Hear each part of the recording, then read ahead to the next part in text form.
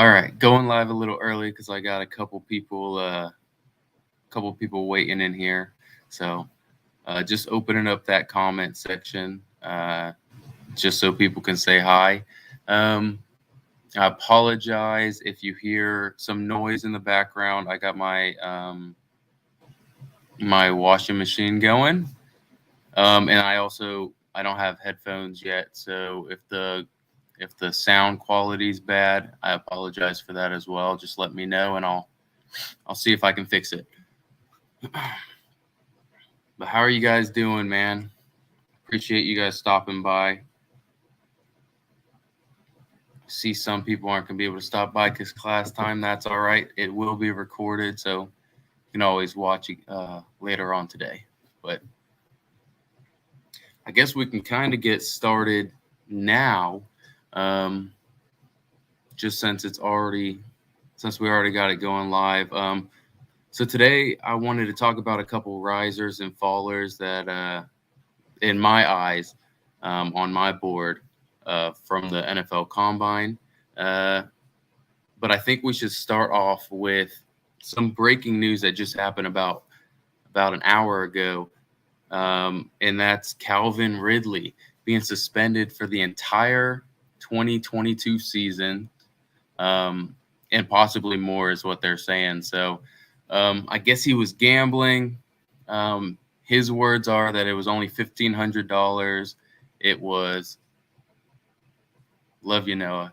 It was only $1,500, and it was like a 5 to 8 team parlay. And he also had Atlanta winning. It was when he was not playing because he was taking some time with his family.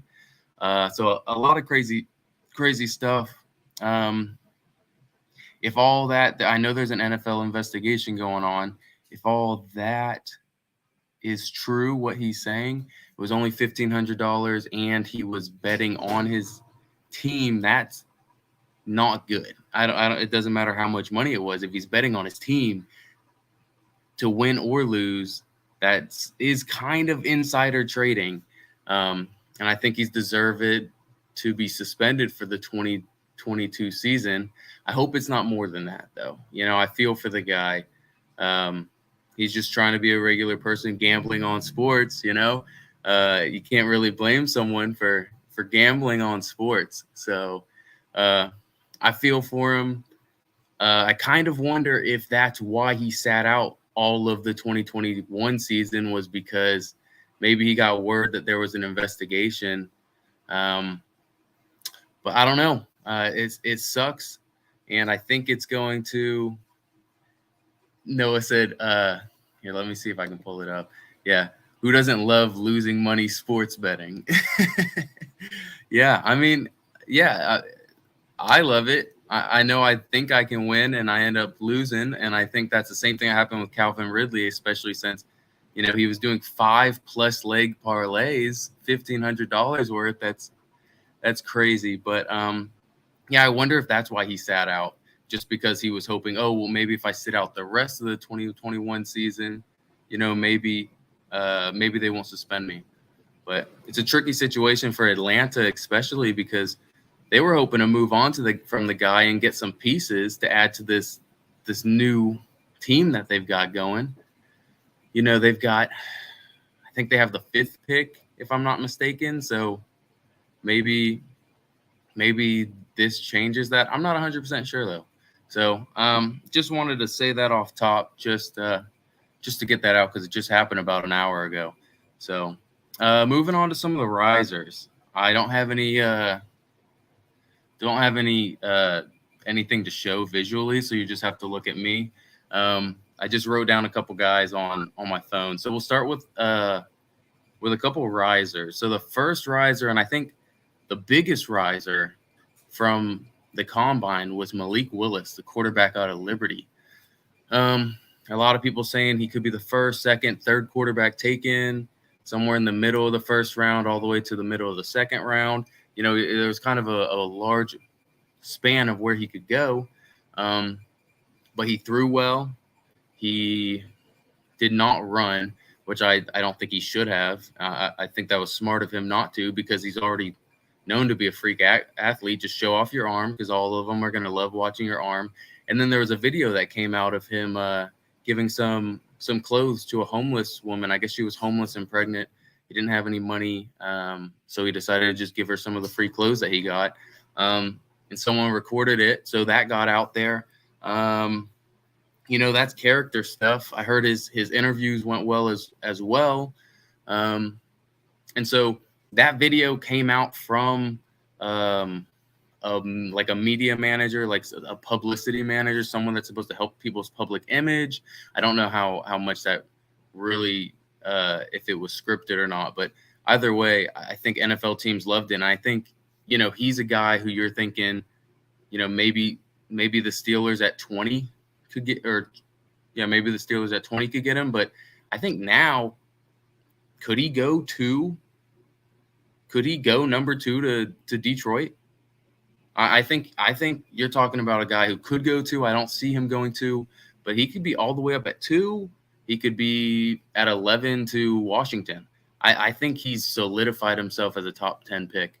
So good for him. Moving on to the next guy. We'll stick with the risers.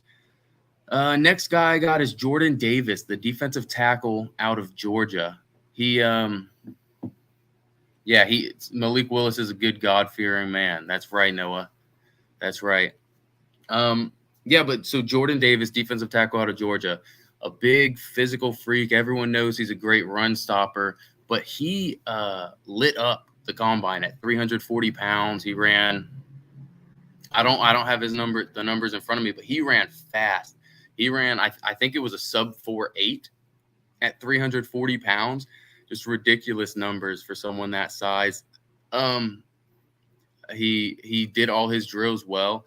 I think you're talking about another guy who was a mid first rounder. You're talking about a guy, could he last to 22, 25? I think he's called himself, between 12 and 16. I don't think he gets out of that mid first round range. So another guy that just made himself, $15 million more dollars. Going on to my number 3 guy, Christian Watson, wide receiver out of North Dakota State. If you haven't seen this guy's film, you got to go watch this guy's film. This guy is a freak.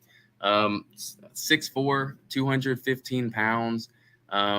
He lit up the combine. Before that, people were talking about him as being a day 3 guy, a nice deep threat, a jump ball guy. For day 3, went to the Senior Bowl. They didn't know how he was going to compete with all these, D1 guys, these Power 5 guys, because he's from North Dakota State. And he looked like the best receiver at the Senior Bowl. People were talking about him being a 3rd-round pick, going from a day 3 guy, a 5th, 6th, 7th-round pick, to now being a 3rd-round pick. Comes out to the combine, and he just keeps shooting up these boards, man. Christian Watson, I'm telling you, is a top 50 pick now. He will not make it out of the 2nd round. And all because I don't know if he's training well, if he's got good guys. Chill. Come here, buddy. Sorry, my cat. Come here. It's disrupting the stream, so I apologize. Say hi, Griffin. No, he wants to escape. All right. So he's a guy that shot up boards because of how well he's done these past couple weeks at these at the Senior Bowl and at the Combine. We'll do one more of these risers. I got a couple guys down. I got an honorable mention, Calvin Austin, wide receiver from Memphis. He's a small guy, but he's super shifty, super fast, super athletic. I think he's shooting up boards. I think he'll probably be around Catman's a red flag, whatever. I got 2 of them, and I love them so much. Good one, Grant. Appreciate you stopping by. So Calvin Austin's an honorable mention. I think he's risen up to probably be a 3rd, 4th rounder now. My last guy, though, this is my love of the draft. This is my Antonio Gibson of 2 years ago, my Elijah Mitchell of this year. I know I got a couple guys I played Dynasty listening to this right now, so I probably shouldn't say it.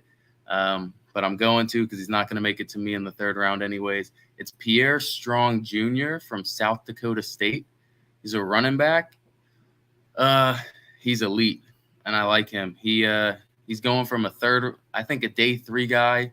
Talk about a 5th, 6th rounder who people thought had breakaway speed, to being a guy who is probably looking more towards early 4th round. He might sneak into the 3rd round depending on if the team loves him.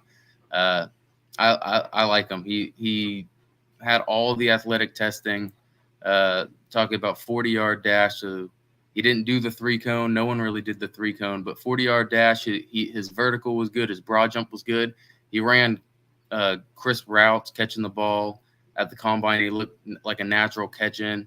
Running was fluid. So he's a guy that shot up boards. I got a couple questions in here I'm going to answer. Just a second. Grant asked a couple. I got 3 guys that are falling in the draft, and then I'll go on to those questions. So the biggest faller, I think this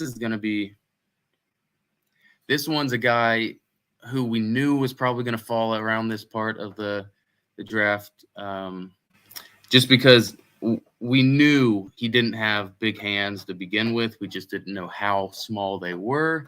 It's Kenny Pickett, quarterback from Pitt. He had 8.5-inch hands, half an inch smaller than Joe Burrow. When everyone was questioning Joe Burrow, he still ended up being the number 1 overall guy. Only person, only quarterback that has done well in the league with hands that small was Michael Vick. And everyone keeps saying they don't really compare because they don't. Michael Vick had a rocket arm and was super athletic. Kenny Pickett has a solid arm, average arm, if that. And he's an average athlete for a quarterback, I would say, slightly above average. He's kind of like a Baker Mayfield level where he can maneuver the pocket, but you don't really want him extending plays like Russell Wilson or Deshaun Watson or any of those guys. I'm not even gonna say anything. I'll just put that up there. So yeah, 8.5 inches is I think that's more than enough to please someone. So that's one. The second one, who I think is going to take the biggest tumble, so Kenny Pickett's going to lose the most money. I think they were talking about him being at 11. I think he might fall out of the first round. Don't think he's going to stay in the first round. He might fall out, or he might be at 32 to Detroit. But this person is going to fall the most picks is Kyren Williams. He was my number 2 running back. Coming out into this combine, I was really excited about him. But he came in smaller than I thought he was. I always knew he was small, but I thought he was around 5'9", 205, kind of like a Chase Edmonds type, or even an Austin Eckler, if you want to put him up to that high of standards. Because he's not the biggest guy, but he plays big when he does these pass blocking reps. He's the best pass blocker in this draft by far. He knows exactly what the defense is going to do, and he knows exactly which guys he has to block. Watching him pass block is one of my favorite things to do. But he came in at 5'9", 195, and ran a 4.65. At 195, you run a 4.65. He didn't jump very well. He just did not test well. So hopefully at his pro day, he comes in a little bit bigger than 195. Hopefully he's around that 205, and hopefully he runs. He looked fast enough on tape. He looked around a 4.48, 4.5 on tape. He wasn't the fastest, but a 4.65. I hope he does something in his pro day to help him, because I had him as my number 2 running back. I had him as a mid-second round pick, somewhere between pick 40 and 50. He might fall to pick 100. You're talking about 50 to 60 spots. He might fall outside of the third round. So I don't know. We'll see what happens with him, but he was very disappointing to me. My last one I'll say is David Bell, wide receiver out of Purdue. Um, I didn't expect him to be super fast, but I expected him to be kind of athletic and kind of twitchy. He didn't jump well.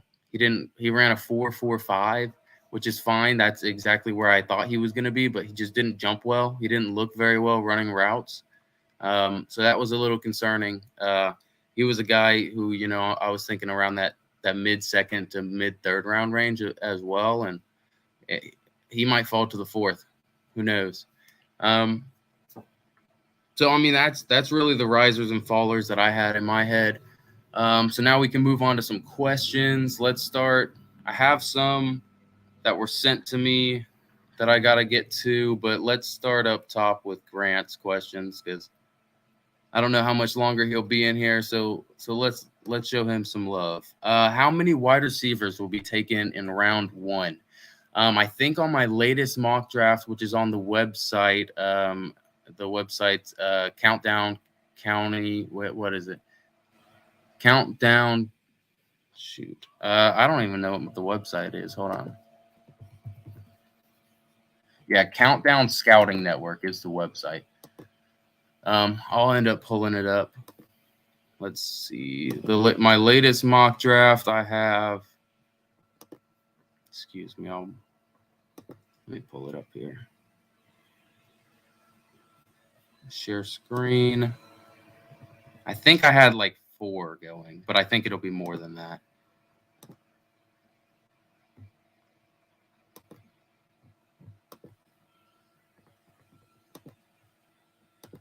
Okay. Let me see how this looks.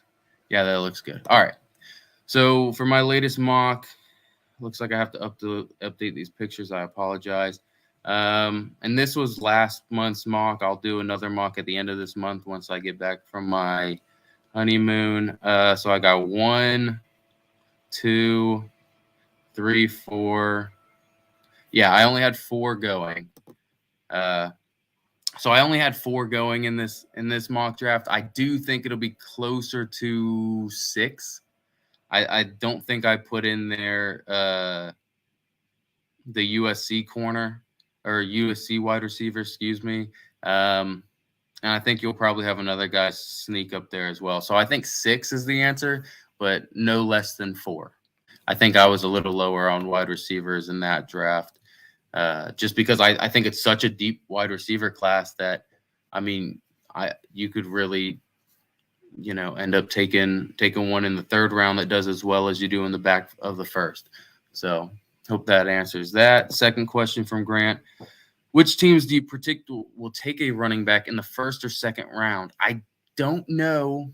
If there's a running back taken in the 1st round, it's going to be Breece Hall. I don't like his production this year. I don't really like his vision that much, but I hear a bunch of people are high on him. So I'm going to say that there's none taken in the 1st round. 1st or 2nd round, I think there's probably, I would have said with Kyron, it would have helped make it more, but I don't think Kyron's picked in the 2nd now. So I'll say, let's see, 3. Isaiah Spiller, Kenneth Walker, Breece Hall, and then maybe you get a guy like Dameon Pierce if someone fell in love, or no, I think Dameon Pierce will be a 3rd. I think Brian Robinson will be a 3rd. I think Kyron will probably be late 3rd, 4th. So we'll say 3. Go with 3 running backs taken in the 1st, 2nd round. Noah sends a question. Does Jack Cohn end up on a practice squad? I haven't actually looked too much into his tape. I know he's a hustler, man. He's a guy that plays through injury, tries to do whatever he can to get a team to win. So I think teams will like that attitude from him. I don't really know if he can throw well under pressure just from the games that I've seen. He kind of seems like he's a little, trigger shy whenever guys are rushing at him. But I'll say I think he spends at least a little bit of time on a practice squad. He's got 0 mobility. Yeah, I have to sit down and watch. To be honest, I've only watched a few of the quarterbacks, so I haven't made it to like Akil Glass is another guy I want to go to. That's like a 6th round guy. There's a bunch of 6th round guys I really do want to watch. He's a good pure passer. Okay, so he's a good pure passer, zero mobility, and when guys are in his face, it seems like he doesn't really know what to do. But you could say the same thing about Kenny Pickett last year, and now all of a sudden Kenny Pickett's a first rounder. So I think a guy will take a chance on him, especially with his leadership. So yes, I'm going to say yes, he will end up on a practice squad, at least for this upcoming year. All right. I have a couple more questions on my phone that some people sent me last week. And I am going to see the Batman movie at 7, so I'll probably shut this thing off. If we keep getting questions, awesome. I'll probably shut it off around 6:35-ish. I only live like 10 minutes away from the theater, so we got another good 20 minutes.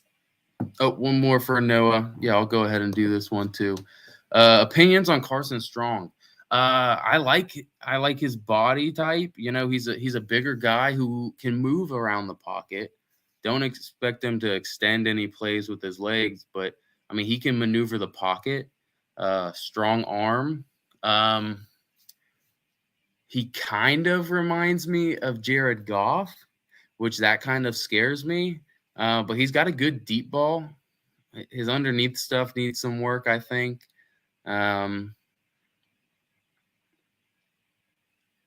Yeah, that's about all I can say about Carson Strong at the moment. I've watched a little bit of him in the offseason. I haven't really watched too much of his stuff this year. I watched his Senior Bowl practices though.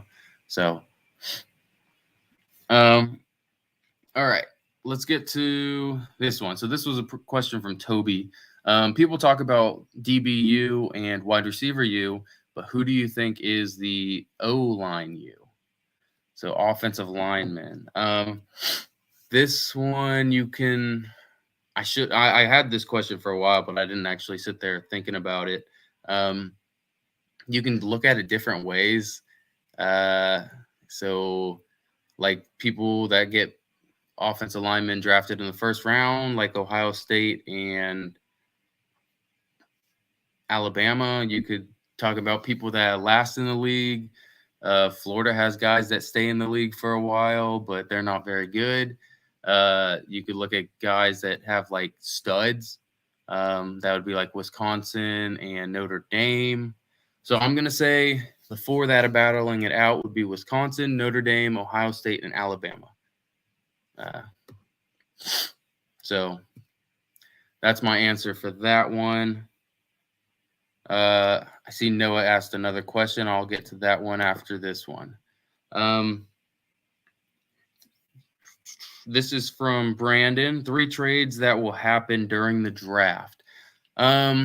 So during the draft / before the draft, I would have said Jimmy Garoppolo, but it looks like they might just cut Jimmy because of he's got a $7.5 million fee for if he doesn't pass a medical, and he's getting surgery right now. So he kind of screwed San Francisco a little bit because I don't think they're going to be able to trade him now. I was going to say Calvin Ridley, but what just happened? Calvin Ridley is going to be stuck. Let's go with Pittsburgh moving up to get Malik Willis is one. The Washington Commanders trading for Deshaun Watson, trading out of 11 for Deshaun Watson. That's 2. And 3,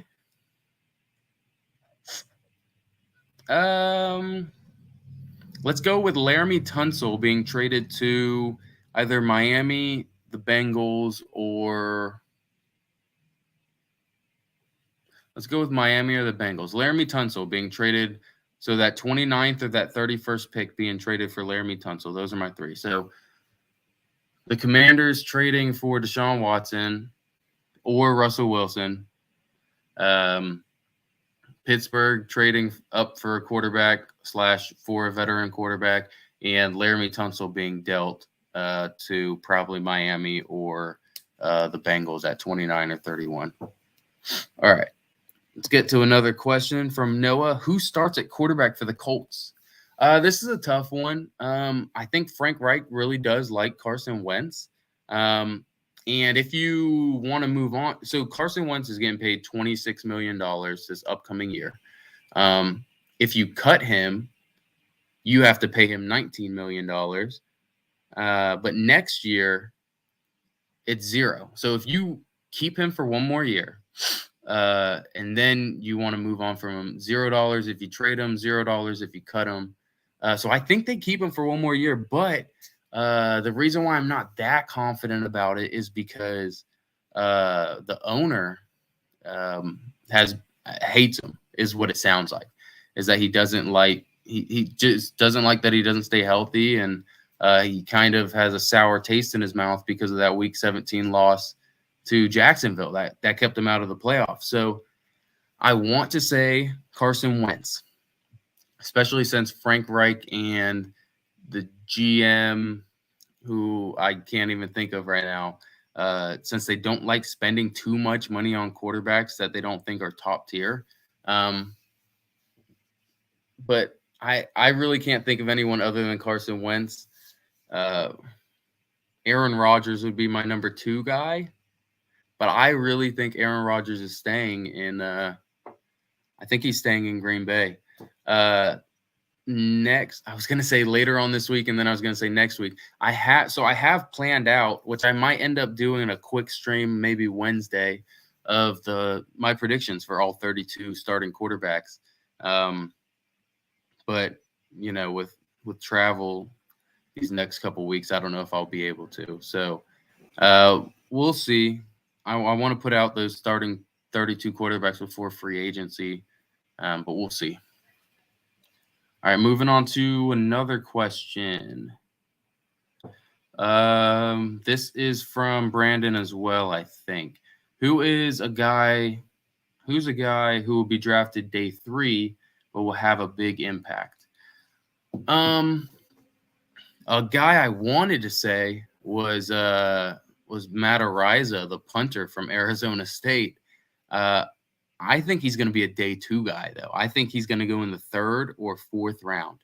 I think there will be a punter drafted in the 3rd or 4th round this year because he's a beast. I mean, I thought he was a beast in college. He went to the combine and just absolutely lit it up. I mean, 80-yard punts in the combine with good hang time too. It wasn't just rockets.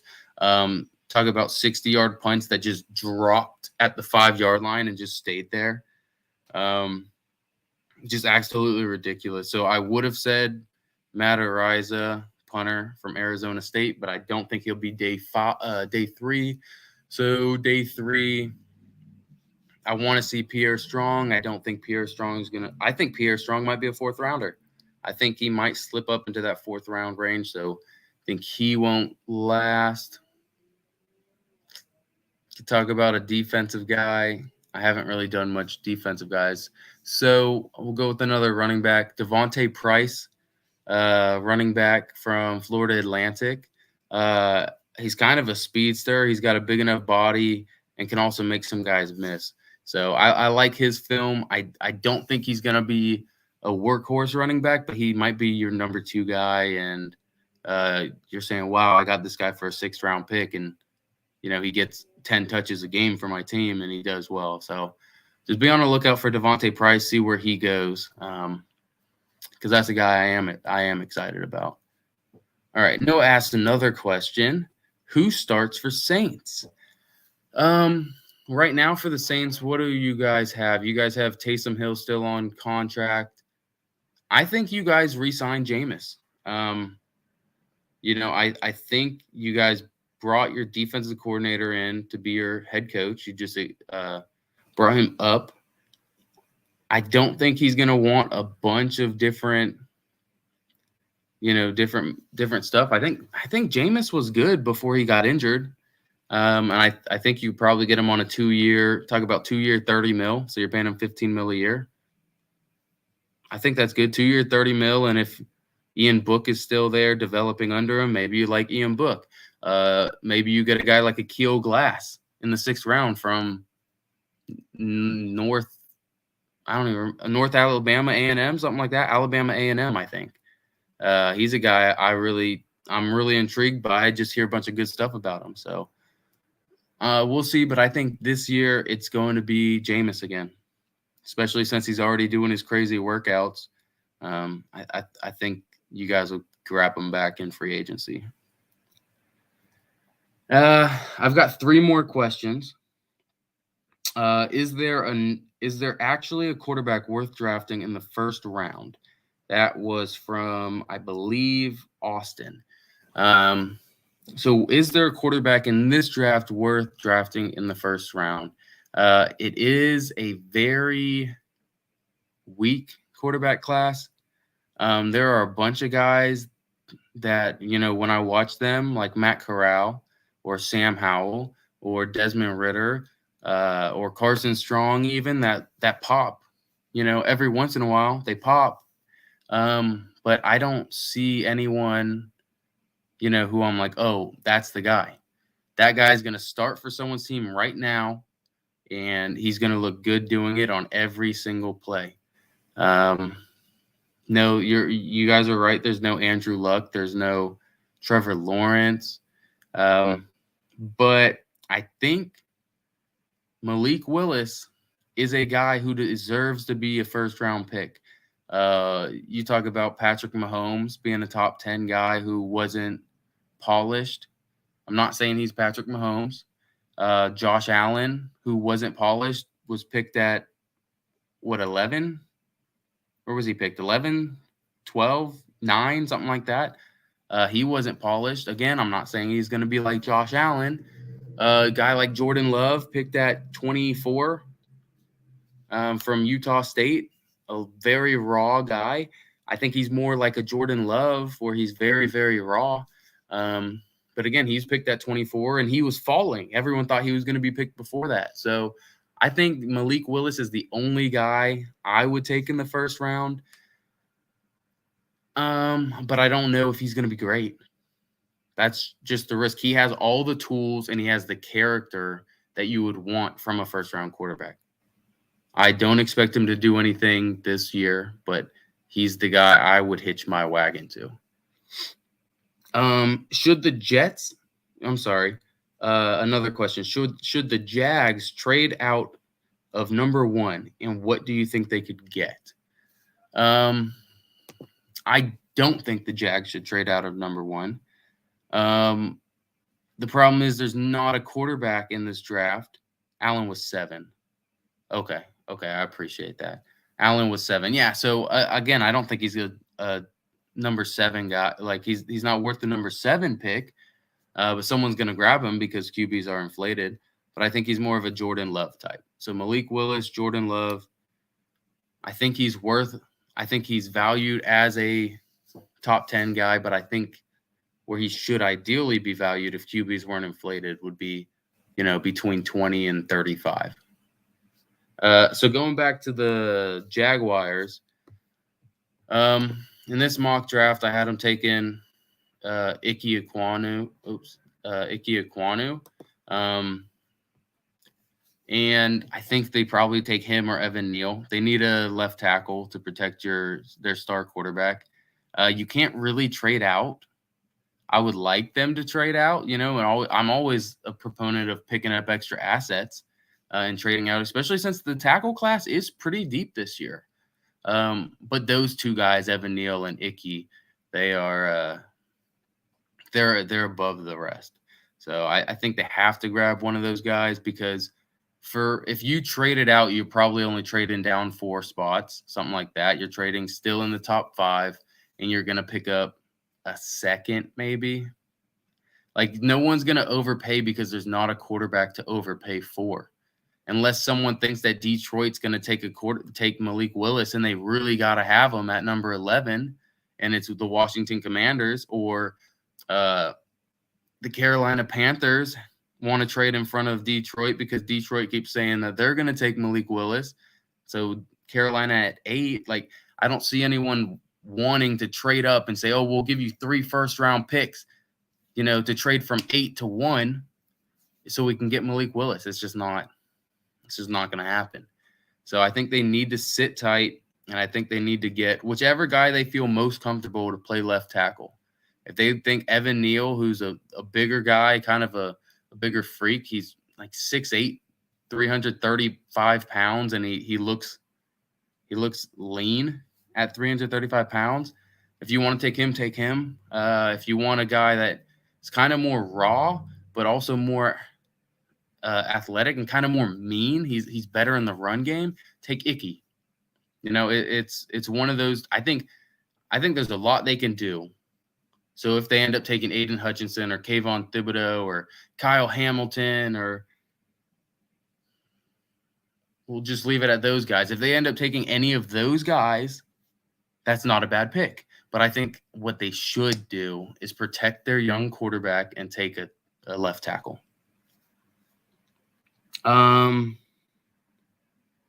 Last question I have. Who is the best running back in this draft? So I have my running backs. I got my running back rankings out. So this is kind of my running back rankings. I think the class is a 2.5 star out of 5. Just the strength, meaning how do they have Leonard Fournette, Ezekiel Elliott, Christian McCaffrey, and Adrian Peterson, Najee Harris. Is there any of those guys in this class? No, but there are some solid top end of the second round guys. So it's a 2.5 star is how I ended up grading it. But the depth is a 4.5. I think here we'll go through my rankings. I have Kenneth Walker from Michigan State as my number 1 guy. Kyron was my number 2. I'm gonna have to reevaluate his tape. He might drop a little bit, but I mean, you're talking about if Kenneth Walker is the number 1 guy taken, I don't question it. If Kyron Williams before the combine was the number 1 guy, I don't question it. If Breece Hall was the number 1 guy taken, I don't question it. Dameon Pierce, I don't question it. Spiller, I don't question it. Zamir White, I don't question it. Tyler Goodson, I would kind of question a little bit. But I love Tyler Goodson. Pierre Strong, you already know I proclaim my love for him. Tyler Algier, James Cook, this class is so deep with all these guys.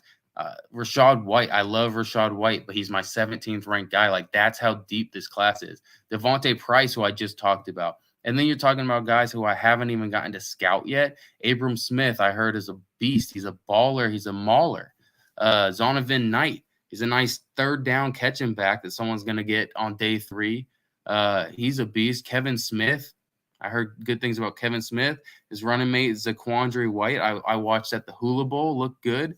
Charles Williams, I watched him at the Hula Bowl. He looks pretty electrifying. I haven't gotten to watch him. Hassan Haskins, a guy like Jerome Ford, I haven't even watched. So could you imagine if a guy like Jerome Ford, Hassan Haskins, where they would be on here? I assume they're in the top 10. I assume they're somewhere with Jaron Ely. So this is a deep, deep class, a super deep running back class. But sure, I'm gonna say my number 1 guy. I flip flop between Kyron, Kenneth Walker. I'm blanking. Breece Hall, Isaiah Spiller. Those are guys that I kind of flip flop between. Dameon Pierce I like, and I have him in the top 5, but I don't have him as he's not going to take over this class. He's just not. So I can't really answer that question. I guess Kenneth Walker right now. So that's all the questions I have. It is 6:36, so I do have to leave in about 10 minutes. Any last questions from anyone in the audience? If not, I'll go ahead and shut this one down. I appreciate all the comments in the comment section and everyone that tuned in, especially people that kind of left their comments. I appreciate that. It made it easier to sit here and talk because I knew I was talking to people and I got to answer specific questions. So I appreciate I appreciate all you guys. If you would go ahead and like the video, if you don't have to subscribe if you don't want to. But if you want to check out the website just to look at stuff, right now the website's kind of at a soft launch. Only have running backs on there, and my mock draft. Next year is whenever we're really gonna kick this thing into high gear. I'm gonna have some guests do some write-ups about some players. We're gonna have more podcasts, and we're gonna have more stuff coming through on that website next draft cycle. Right now, I'm just trying things out, testing things, doing a soft launch on it. So I appreciate you guys stopping by. If I don't talk to you on Wednesday, I will talk to you in a few weeks.